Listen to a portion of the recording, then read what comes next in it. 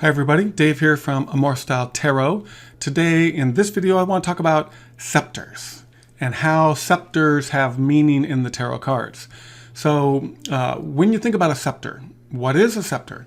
A scepter is going to be a short rod of some sort, or maybe a longer one. They've evolved over time that denote authority, that basically, the way that they've been used is that the ruler will get a rod of some sort.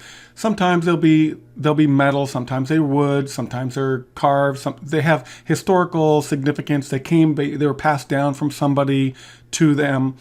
But ultimately, what the scepter is going to represent is that they have the authority to rule, or they have the authority over a particular dominion. They are the key person. They are the top judge. They are the top person in an organization. They are the top person in a kingdom. It is that it's kind of where the buck stops. They are the ones that make the law. They are the ones that determine what the organization does. They set the standard. It is authority over that dominion. So with that in mind, we look into the tarot cards. And where would you expect to find a scepter? Well, typically, when somebody's going to think of that, they're going to think about, well, the scepter is going to be with the king and queens. But look over the kings and queens in the tarot card and tell me how many scepters you find. Chances are you're not going to find any, because the kings and queens are the court cards. They're the ones in your life. They're the people around you that are the experts. They're the ones that have been there for a while. They're the monarchs and patriarchs in the family. They're the ones that are advisors that are outside of the family. But you don't find, or at least you typically don't find, the scepter there. But where do you find the scepter? The first place that we find the scepter is on card number 1. This is the magician. So the magician, he's holding the scepter. He's pointing the scepter up, which is going to show that in this particular case, because we know that this card is about manifesting your desires. It is about you really don't make any forward progress in life unless you have a desire to do something, and then it manifests. So here what we have is this character, which is the messenger from the gods, that is wielding the scepter, which is the scepter of manifestation. This is a fundamental concept in life. You manifest everything that comes to you. It is so shall you think you are type situation. So here we have in this card the scepter of manifestation. This is the key one. It's the first one. It's where we find a scepter. It adds importance to this and makes this the ultimate authority at the manifestation process. Where else do we find this? We look at card number 3. Card number 3 is the Empress. Now, the Empress is holding one of these. And when you normally think of her, you think of her as Mother Nature. Mother Nature is another authority. Mother Nature is the one that's in charge of the life cycle. She is the one that's in charge of all things come in their own time. She is the one that when you plant a particular seed, you get the plant of that type. You don't get something else. The ultimate authority is that she's showing you that she is the ultimate authority about how life cycles are on Earth. That she is in control of that environment. Man's not. Mother Nature is. We may play in that realm, but we don't have the authority over it that she has. She's the one that creates life. She's the one that links spirit to matter. We can play with it, but we aren't in control of it. We aren't the ultimate authority. Moving on, we get the Emperor. Now, in some cards, they will show this as a staff with an ankh on the end.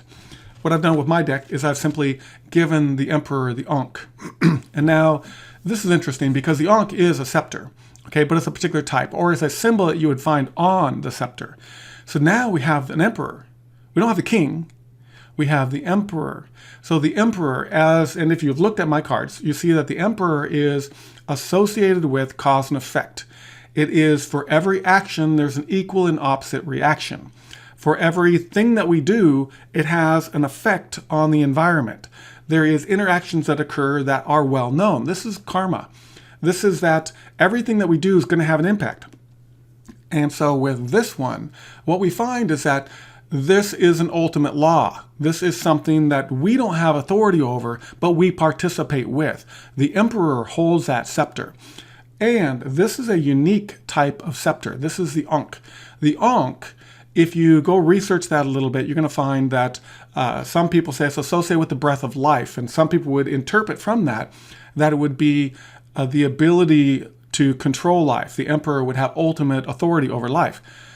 That's not how I'm interpreting this. How I interpret this is the Ankh is associated with language. It is the breath that we speak. It is the words that we form in the breath. That word, the emperor brings to us language. The emperor brings to us our word. The emperor brings to us the ability to speak something into existence. We have that divine ability. It comes from within. If you get the ego out of the way and you speak from your heart, you speak the power of the Ankh. It is the power of creation. It is the ultimate authority of what you are and what you bring into the world. And so here we have consequences with that, because that is language. That is something that's fundamental. When you look at where it's positioned in the major arcana, that emperor is not the first one. When you're born, you don't have language. You have the magician, which is going to show you you're going to do something, you're going to crawl across the floor. You have the seer, which doesn't understand the language yet, hasn't formed yet. And then we go into Mother Nature. You have natural laws. There's things that happen. It's not until you get to the emperor that you now have formed language. Language is fundamental to our experience. It makes us unique. We can communicate without it, but it makes us unique in our ability. The emperor helps point that out to us, and he is the ultimate authority over that. Moving in a little bit farther, you'll find that quite often the Hierophant will also have a scepter on it. And I have, in my particular card, have removed that. So if you have this particular card with the scepter, the creator of the tarot deck has granted the power to, generally, it's thought of as the Pope. It's thought of as the ultimate authority to the Word of God. It is the ultimate authority to the wisdom, to the wise ones, the ultimate authority over the institution that is the spiritual institution. What I've done with my deck is that I have removed that, and I've placed it into a different card that I'll get to at the end here. That particular scepter has been removed, and that I have made it to where this particular card fits with the spiritual guru. And so it is the people that have come before you that have learned the wisdom, but they're not the ultimate authorities. They're still man. They are still associated with the acts of being and doing. There's not an ultimate authority there. Nobody is that ultimate authority. We are individually our own authority. Moving on, we come to another card. This one is the Chariot. The Chariot has a more mundane looking staff that's at his side. And so when you look at this card is about the ego. It's about the mind. It's about unleashing the power of the ego, unleashing the power of the mind, and simply by your own choice in life, you can save something or you can destroy something. We have the power of doing either one. And so the staff at the side of the chariot rider is the ultimate authority over life and death. This is the person that is willing to, via his own choices, create death in his environment or to save his environment.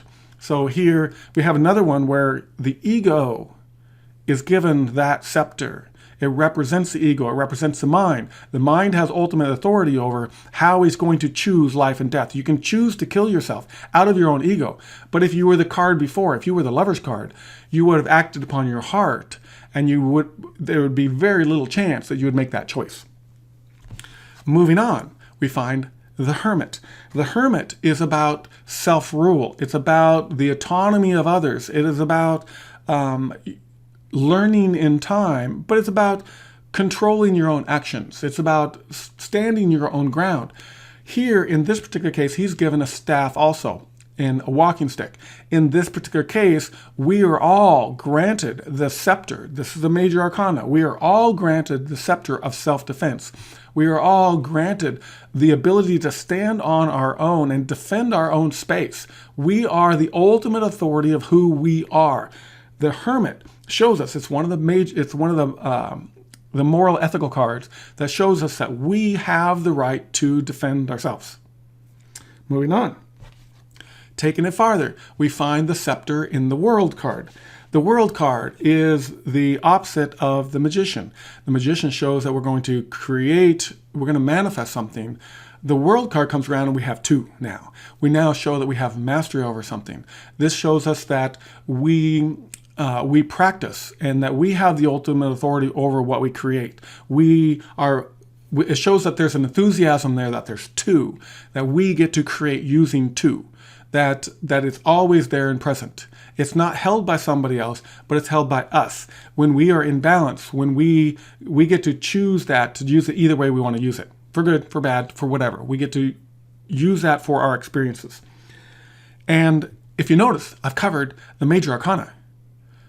They don't exist in the minor arcana. Where are they? Who put them there? Why are they in the minor cards rather than the major cards? Here, clearly, there are authorities in the major tarot, or the trump cards, or the major arcana.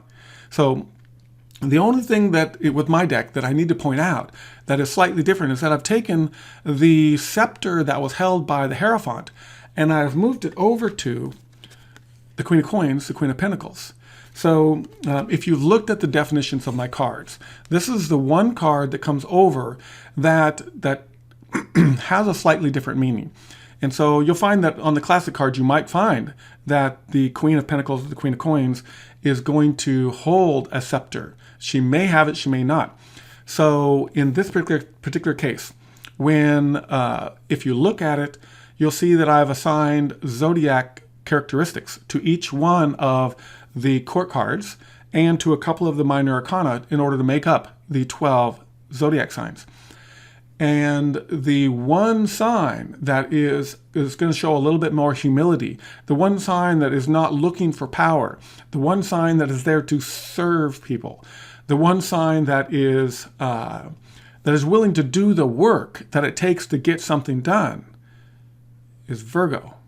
So that particular card is going to show that it's the archetype of Virgo that gets the scepter. It is the servant to humanity. And it is a feminine side. It is the feminine side that serves humanity. It's the conduit which life comes through. It is the person that will do the work to take care of the environment rather than destroy the environment. They lean towards that. They have the disposition for that. And so this scepter is granted to the queen in order to have the power over the dominion of man. So basically, looking at that, you might find that there are other places for a scepter, or you might be able to interpret other things that people are holding as a scepter. But to me, it's pretty clear that the major arcana is where the scepters belong, which is a spiritual side of life rather than the mundane side of life. If you find a card that has a good need for a scepter or deserves a scepter, let me know. I would love to hear about it and find out how I can enrich my readings by granting a scepter in that particular position.